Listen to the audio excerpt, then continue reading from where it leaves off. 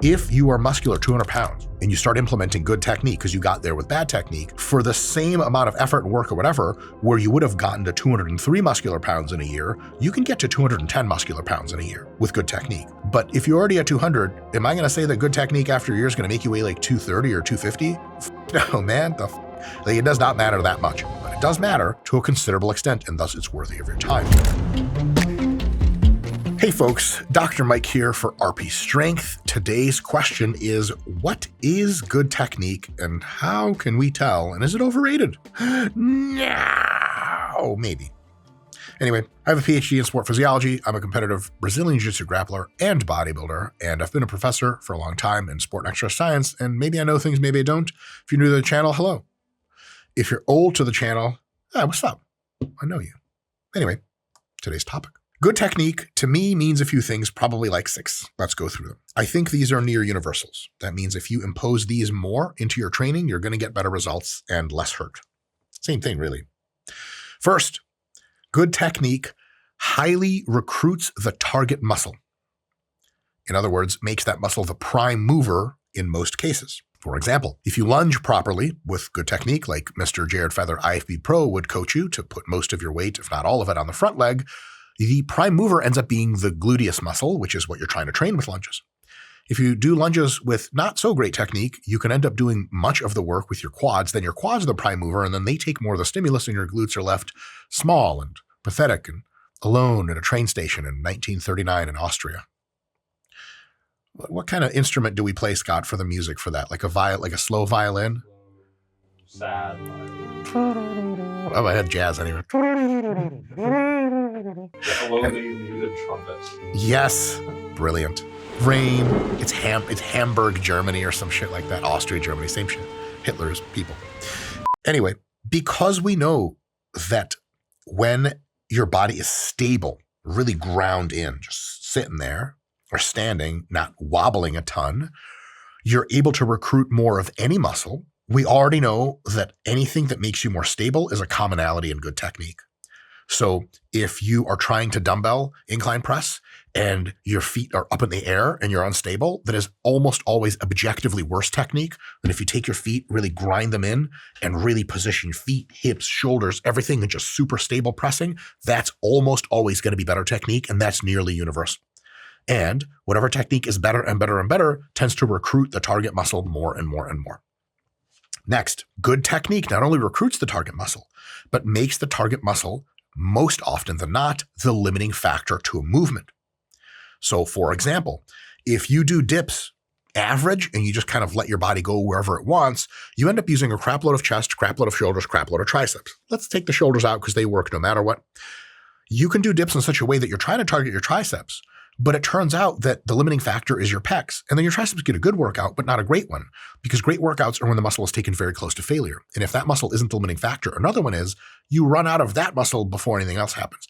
Like if you're running a race and your tires fall off, someone could be like, you ran out of fuel? You're like, no, fuel is totally fine. My fucking tires fell off. That's the limiting factor. So I'm not even pushing the car's endurance. It's just the tires, right? Same idea. Your chest fails before your triceps. That sucks. Good technique, better technique in dips is to position your body, as I've done in several videos, more upright. Instead of coming down forward with your shoulder, you actually come straight down, letting your elbow come back. That takes your pecs more out of the equation, puts a crap load of emphasis and mechanical disadvantage to your triceps, thus they become the limiting factor, and that is probably objectively better tricep emphasis technique for the dip.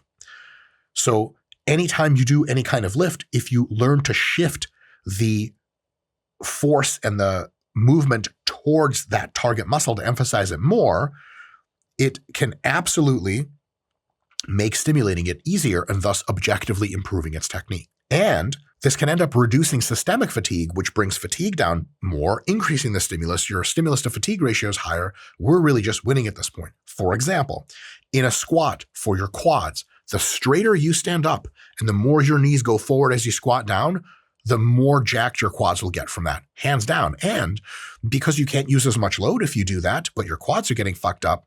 You're not bending your back a ton and lifting a ton with your back and your glutes and your hamstrings like a power lifter would. You're actually getting less fatigue out of the whole situation. So if I ever meet you in real life, after we're done making out and exchanging pleasantries, I teach you how to properly squat to whatever your body type is, you're going to take like 50 or 100 or more pounds off the bar. And for the same number of reps, your quads will be as blasted as they ever got, except using hundreds of pounds less, it's crushing your back less, your glutes are getting hit less, the whole thing is getting hit less, except your quads are getting hit more. That's a huge win from trying to target the quads. That is objectively better technique. Better technique makes targeting the muscle and making it the limiting factor better. And that's kind of how you know if you do a certain push-down technique, you're like, the triceps kind of sort of feel them. You try to change it, and then you feel them a lot. That is probably better technique, the one that lets you feel the muscle better. Next, good technique. Another telltale sign for it is that it's very similar rep to rep to rep. This brings in a ton of advantages I'll talk about later because I'm just describing what good technique is. I'll talk about advantages in a bit. I don't mean neurotically identical. It's actually been shown that if your reps are a little bit different, it builds a lot of resilience and reduces your chance of injury. If you try to make your reps identical, and then something throws you off and one of the reps goes a little south, you're just not used to that motion pattern and you might get more hurt. So try to keep a non-neurotic similarity between reps. Better technique looks almost identical rep to rep to rep, but in a slightly nuanced way, a little bit different. That's really good technique. So if your technique is completely different every rep, you don't have good technique. You're just going insane. If your technique is identical in every rep and it means you have to stop at RIR 10 every set, you're also insane, and that's a bad idea. Next, good technique almost always emphasizes the deep stretch. To put another way, it usually doesn't skip the deep stretch. Skeep, my Russian's getting to me. If you bench and you stop here and come back up, it's probably pretty effective. But I would at least ask you, why don't you go super deep for that stretch? Because the deep stretch has been shown through theory and now lots of confirmed experimental literature, and you can try this at home and get a deep stretch and it'll fuck you up and give you DOMs for days. It just works a little bit better, quite a bit better than not getting a deep stretch. So good technique to me is in any lift, dips, pull-ups, squats, rows. If you're ignoring that deep stretch, you guys ever see people do pull-ups where they just do them right here? I'm like, motherfucker, here to here is the hardest part of that fucking movement and the most hypertrophic. Why are you not doing it? You can say it's pretty close to objectively worse technique in most cases. And you can make your technique even better in some cases by emphasizing slowing, pausing, or deepening that bottom stretch range of motion. So for example, you can do deficit rows instead of regular rows where you stand on a plate or a platform. You can stretch even deeper. And as you come down from here to here, you go pretty normal speed. As you go from halfway down all the way to the deep stretch, you really slow it down, really stretch, pause for a second. Oh my God, oh my God, oh my God. And then come back up. That doesn't necessarily mean that including those is categorically makes it better technique, but sure as shit in the right direction for most people. Next. Good technique exerts eccentric control and keeps, so especially eccentric control, but also keeps control through that whole movement. That doesn't mean you have to come up slow, but when you come up explosively, it just doesn't go flying everywhere. You're always in control, which ties into that every rep looking very similar. But every rep can look very similar and all of them look like shit, or every rep could look similar and all of them have a good degree of eccentric control. This also, if you have a good degree of eccentric control, which means you're going a little bit slower on the eccentric than you're capable of, it gives you more time to position the weight and your body and change it to feel out what's best for you. If you do all of your reps rapid fire, as soon as you're done, you're like, I guess I could have put my knees a little forward on those reps. But when you're doing something rapid fire, there's no time for you to assess what's going on, see how your muscles feel, go feedback back to the brain to go, okay, change this and now move like this for the other reps of the set. If you go especially a little bit slower on the eccentric, as you're going down in a squat, for example, you can feel like, okay, I'm sitting back too far. Let me sit a little bit more forward. As soon as you sit more forward, you feel it in your quads more like, oh, holy shit.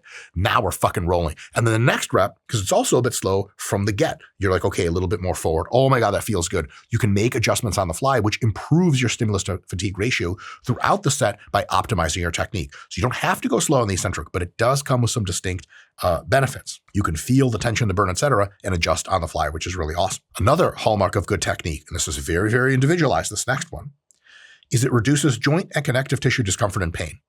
I show you two ways to leg press. One of them is wide, one of them is close. The wide one I feel is great. The close one I don't like a ton. For you try the wide one and it fucking your knees feel not so great, your hips feel weird, your back is rounding, everything fucking hurts. You try the close one, everything feels like gravy, like magic. man, that close stance probably your best technique for you, at least at the time, unless you really, really rig and alter that wide stance technique. That's not your best technique. So if you are trying to lift in a few different ways, whichever of the lifts cause less connective tissue and joint discomfort and pain during the lift, and especially after the lift, man, that's a big deal. Hack squatting. If you come up on your toes a lot, your knees are probably going to start to hurt in most cases. If you stay planted on heels and toes, your knees are probably going to be better off in most cases. That means coming up on your toes, and the hack squat can be a viable option for someone who has pretty rugged knees and is kind of slowly trained into that, and genetic differences are definitely a thing. But for most people, heel and toe pressure is really good on the hack squat and is probably just the right answer on what is better technique in most cases. It can vary a lot between individuals, but the good news is it doesn't matter because each individual knows how much joint stress they're imposing just by experiencing it. If I tell you skull crushers like this fuck up my elbows, but skull crushers like this are fucking just golden, both fuck up my triceps a ton, well, you kind of have the right answer for that individual right there at the time. So those are all what I consider hallmarks of good technique. Really quick, I'm just going to summarize them.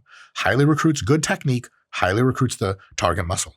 Good technique also makes the target muscle the limiting factor. Good technique is often similar rep to rep, though not identical. Good technique usually doesn't skip the deep stretch. Good technique exerts eccentric control and overall has a good control of every single rep. Good technique is the technique that reduces joint and connective tissue discomfort and pain the most. So if you're looking out in the gym or looking in the mirror and looking at yourself, mostly that's the latter is what I do, you can start to pick up who's doing these things more and who's doing them less. And that roughly maps onto who has better technique and who has worse technique. One thing you can do is actually look at weightlifters, competitive weightlifters from the sport of weightlifting, which is in the Olympics. It's colloquially called Olympic weightlifting, which weightlifters hate for some reason. If you say it, they just say it's weightlifting. If you look at how they move, they actually check a lot of these boxes, even though they're not trying to. Powerlifters, really good powerlifters, check a lot of these boxes, even though they're not trying to.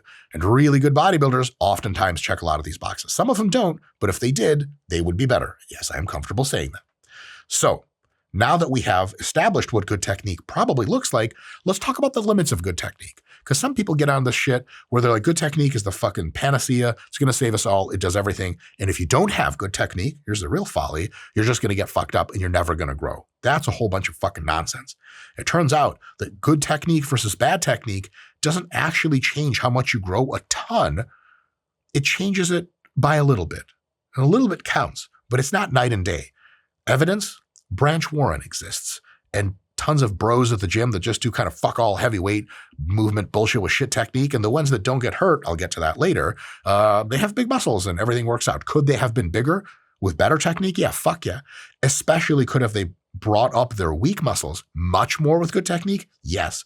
But overall, for total beef on the body, it's a decent change, but a small one. It's not this huge change. If you are muscular, 200 pounds, and you start implementing good technique because you got there with bad technique, for the same amount of effort and work or whatever, where you would have gotten to 203 muscular pounds in a year, you can get to 210 muscular pounds in a year with good technique. But if you're already at 200, am I going to say that good technique after a year is going to make you weigh like 230 or 250? Fuck no, man. The fuck? Like, it does not matter that much, but it does matter to a considerable extent, and thus it's worthy of your time. Another one, slow eccentrics help you adjust your technique a ton, and you can do them there. But once you have your technique pretty well figured in, you can actually, as long as you're still in control, do a pretty fast eccentric. And as the literature suggests, there's really no difference between one or the other. A lot of folks will think that, okay, slow eccentrics are a hallmark of good technique, and they'll over-index on that like crazy. So they have this like 8-second eccentric. And they're like, good technique, right? I'm like, yes, it would be as good as if it was 4 seconds or even 2 seconds. The positioning is what we really care about. And as long as you have eccentric control, you don't have to go slow. You can if you want to adjust on the fly, but you don't have to. So a lot of people think eccentric control is this huge thing, is make this huge difference. It just really doesn't make a big difference at all. I'll tell you what kind of difference it does make. It does modulate injury risk, which we'll get to in a little bit. Lastly, another limit of good technique is that it can be considerably different for different people based on their anthropometry, their limb ratios, their muscle shapes, so on and so forth, making universal prescriptions tough. So if I have a chance, if someone's like, hey, does that guy have good technique?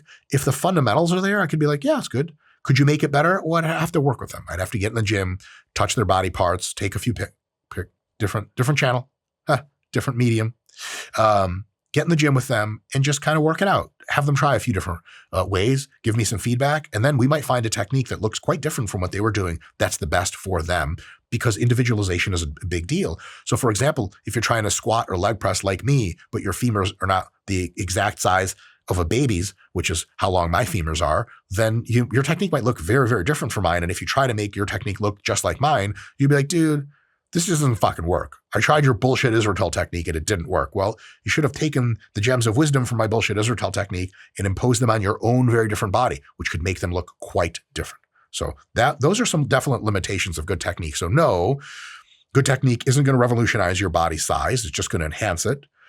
Good technique does not mean as slow and eccentric as possible. Fast eccentrics are totally fine if your positioning is right. And good technique looks quite different on different people. So before you get in the Instagram comments of people's videos where they're lifting and be like, man, it's fucking dog shit technique, think about the shit a little bit. It could be that you're still right. It could be that it's also still dog shit, but it could be like, I don't know, maybe this works for him in some context. What do you get when PhD sports scientists collaborate with pro bodybuilders? The most effective muscle growth training app ever made. Get yours now. Now, those are the limits of good technique. Why the hell are we doing it then? Because there's benefits, and here they are. First, good technique at any given session or week or month of lifting reduce the probability of injury for you. And because probabilities multiply, the long-term injury risk is highly modified by technique. If you're doing fuckery, today you might not get hurt. Next week you might not get hurt. But next year you probably will get hurt, where someone doing really good technique probably won't get hurt. Because getting hurt fucks up your body so much and takes away so much training time and is psychologically so fucking annoying, I pay a good money not to have that shit happen much. And because good technique actually increases your growth and decreases your injury risk, you lose nothing by imposing it. And if you want bad technique, you're growing less, or maybe the same amount, but your injury risk is objectively higher. Why the fuck would you do that? That's like getting into a car that you're going to run at 200 miles an hour and not putting on your seatbelt and forgetting to install a fucking roll cage. Do those things cost you anything? No. Why can't you just do this, plug in your seatbelt? I don't know. Sweet. Way to think it through. So good technique is really, really good for reducing long-term injury risk, which is a big deal. Also, good technique, by the fact that it's trying to target the muscle and make the muscle a limiting factor, can improve the stimulus quite a bit. And this is not as true as if you're already getting a good stimulus. You're doing these fucking one arm rows, fucking just moving it like a monster. Back is blowing up. Everything's fucked up. Hey, great, man. Can't really stimulate it much more than that. We can sure shit make it safer, but the stimulus seems to be maxed out already. Versus on some movements, if you have trouble feeling the muscle, trouble targeting the muscle, then technique goes from a minimum or no benefit on raw stimulus magnitude to night and day difference. If you've been squatting with a wide stance and coming back in your squats, you may get very little quad stimulus at all. We alter your technique for you, train to squat more like a weightlifter, like an Olympic weightlifter, and then all of a sudden you are just exploding from fucking squats, and you're like, oh, holy shit, this really did improve the stimulus. And because I had trouble getting my quads, that's when good technique can really help. So guys who don't have trouble training a muscle, I'm like, whatever. Yeah, you can improve your technique, but don't expect it to do leaps and bounds for you. But the people that I really, really want to talk to is you. Call me. Here's my number, JK. The people that I'm really curious about teaching better technique to are the people that objectively seem not to have it and have a muscle they're training that is clearly undersized, and they're verbally like pissed about the muscle being like, man, my fucking triceps just suck. Well, let me see your technique. They're just fucking doing this bullshit. You're like, look, obviously genetically you don't have amazing triceps. That's already a fucking ship that sailed. However, we can do a lot with you here because you're leaving so much room on the table with technique as far as raw stimulus magnitude. Another good thing about technique is it makes tracking easier. If your bent row and pull-up technique is damn near the same rep to rep, week to week, month to month, when your numbers in the RPI Hypertrophy app go up and it looks like you're getting stronger, that means you're probably getting bigger. But if your technique is really inconsistent, sometimes you start to slouch on technique and get a couple reps in when you know you have a rep goal, but they're not so good and your technique starts to degrade. You cannot be nearly as confident that whatever you're tracking implies that your muscle growth is better. It could just be like, yeah, you're getting to be more and more of a bitch with your technique and you actually haven't put on a lot of muscle in the past year, but you think you have. So whatever you thought your approach to nutrition, to training, to diet, to drugs that was effective, actually wasn't effective. So really good technique makes the tracking problem almost completely disappear. When you get stronger with good technique, you're probably getting bigger, especially on long time horizons, like over the years. Lastly, on the benefits, if you know the good technique checklist, the 6 points we had already, you can start almost any new exercise you want to incorporate into your plan and be damn good at it right away. I can come into a gym anywhere in the world and you give me like a rowing machine, some kind of back machine I've never seen, with the principles of control, monitoring your eccentric speed, proper position, so on and so forth, all the stuff we described in those 6 points. I can, even from the first warm-up set, probably arrange some shit pretty well. And yeah, that didn't work. Let me lower the seat. Let me bring out the chest pad. Let me grab high up on the handles versus low. And all of a sudden, the second warm-up set, I'm like, this is fucking great. Or after a few warm-up sets, I'm like, this machine is dog shit and there's no way I can figure out to exploit it really well. If you have good technique and you know the principles of good technique, any new exercise you want to try works really well. I said earlier that weightlifters, Olympic weightlifters have really good technique just generally from practicing it so much and kind of practicing the intuitive understanding of what good technique is. They're never trying to cut corners. They're always trying to be controlled. Whenever I've taught weightlifters bodybuilding movements that they have never done, usually 1 or 2 tries later, they get it perfectly better than most any bodybuilders I've ever seen. And they're just automatically amazing at it because they come in with the understanding of it's all about control. It's all about specifically where I move the bar. There's no part of this where my ego gets crazy and I do dumb shit. When you've dropped those off, you know those 6 principles of universally good good technique, you're going to be doing really well no matter what exercise you try. And if that exercise isn't right away amazing, you know exactly how to use your eccentric control, stimulus, proxies for the muscle. Am I feeling tension in the right muscle like I'm supposed to be? If not, let me move. You can iterate really quick and get an exercise that meh for you to be quite good for you because you know the fundamentals of good technique. That's a big fucking deal. And it's a real deal if you travel, especially for training, because you could have a situation where you're supposed to do barbell bent rows, but you show up to a gym and they have like dumbbells and machines. And you're like, fuck. But I want to do barbell bent rows. They don't have them. So what are you going to do instead? If you haven't done dumbbell bent rows in a while and you don't know the core elements of good technique, you're just fucking experimenting, shooting bullets off into the sun. Fuck knows what you're doing. But if you know the elements of good technique, the universals, you can get a dumbbell, you can get a machine and a cable. All of a sudden you're doing great work and hey, problem solved. No big deal. Lastly, a few insights from this kind of whole video to wrap it up. Slow eccentric, in my view, has no stimulus downside. As tested in the experimental literature, slowing down your eccentric doesn't give you more or fewer gains. A little bit more if you read the research in a certain way, and if you read it in the most honest way, same amount of growth. So slow eccentrics, same amount of growth as quick eccentrics or as dive bombing, because slow eccentrics have no stimulus downside, but they categorically have a reduction in probability of injury. They will make lifting safer. This might make it universally good for most serious, strong bodybuilders. Like it's fun to fucking dump some hack squats into the hole and come up rapidly with them when you're small and weak. You're not going to get hurt because you're too small and weak to get hurt. You can't physically impose the forces on your body that require that such a thing. You know, it's like if you're firing like a battleship cannon, a 16-inch gun, you have to stand like fucking 100 feet away from it because the concussion of the gun just going off can fucking knock you down or kill you, or give you some fucked up shit. But if you're shooting a BB gun, it doesn't fucking matter. You can, it's a BB gun, the barrel is here. You can put your finger or your eye like right here and just shoot. Don't do this at home. Right out and nothing will happen to you. The caliber is not big enough. There's not enough cone of air coming out of that thing. So just the same way, if you are small and weak, you don't have to have a ton of eccentric control because who's going to hurt you? You're too small and weak to do it. But as you get bigger and stronger, your quads get gnarly. Your knees are still the same size, by the way, which is curious. When you look down, you're like, is my quad really going to stay attached to my leg when I squat 400 pounds? If you're fucking dumping 400 pounds, you got some serious shit coming your way as far as injury risk. If you slow down the eccentric, you lose nothing with growth at best. At worst, you lose nothing, maybe even a small gain. And at best and always, your injury probability declines. So I would say as you get bigger and stronger, your eccentric control should probably slow down. Look to someone like Nick Walker. Great example of total control in the eccentric. You'll never see him rush a rep in almost anything anymore. And that's fucking awesome. And to be honest, Nick's a little too jacked to be fucking rushing reps. That would give him a potentially high injury risk. And that's really, really bad news. Next, emphasizing the stretch, or at least not skipping it, is probably a near universal. If you're rowing like this, I want you to row like that, all the way in. Maybe it's bad for you, but 9 times out of 10, 99 times out of 100, it's a good thing. So a part of your universal application of good technique, controlling the eccentric, and now emphasize that stretch. At least don't get away from it unless you have a compelling reason. Like my elbow clicks and it hurts a ton when I go deep. Fuck, stop doing deep. But unless that happens, go deep. Next, always try to keep in touch with stimulus, how much tension and burn and pump you feel from the muscle, how sore the muscle is getting after, and joint stress, so that you can always alter your technique a bit to optimize.